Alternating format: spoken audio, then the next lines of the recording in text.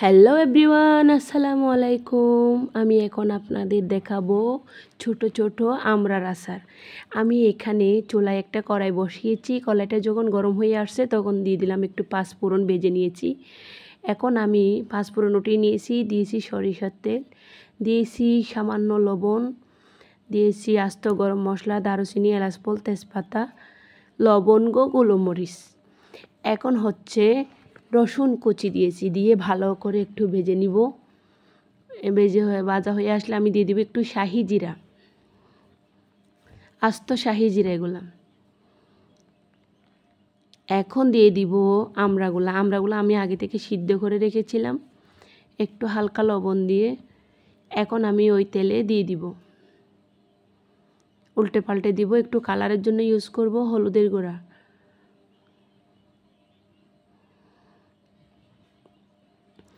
এই যে আমি 1 চামচ হলুদের গুঁড়া দিব, দিয়ে ভালো করে নেড়ে ছেড়ে দিব ধনিয়ার গুঁড়া, হালকা করে দিব জিরার গুঁড়া।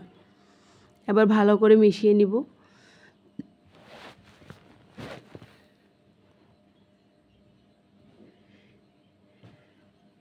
এই যে ওই বাইরের আলো বেশি হওয়ার কারণে হলুদের গুঁড়াটা একটু ভালো করে দেখা যাচ্ছে না।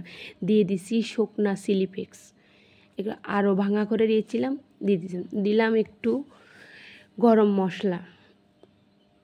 সব কিছু মিশাই ফিরছি আর কি আচারের জন্য। এখন দিয়ে দিব 1.5 কাপের মতো চিনি, কারণ এটা আমি টক ঝাল মিষ্টি আচার করব। ভালো করে মিশিয়ে নিব। মিশানো হয়ে আসলে দিয়ে দিব আমি একটু সিরকা, ভিনেগার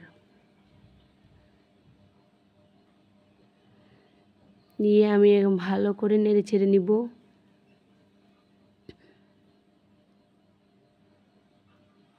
এই যে আমার আচার প্রায় কমপ্লিট হয়ে গেছে আলহামদুলিল্লাহ। আমি এখন এভাবে রেখে দিব, পরের দিন আবার একটু জ্বালিয়ে আরও একটু করে নিব, মাখা মাখা করে নেব। এই যে আচার হয়ে গেছে আলহামদুলিল্লাহ। ভালো লাগলে লাইক কমেন্ট শেয়ার করিয়েন। আল্লাহ হাফেজ।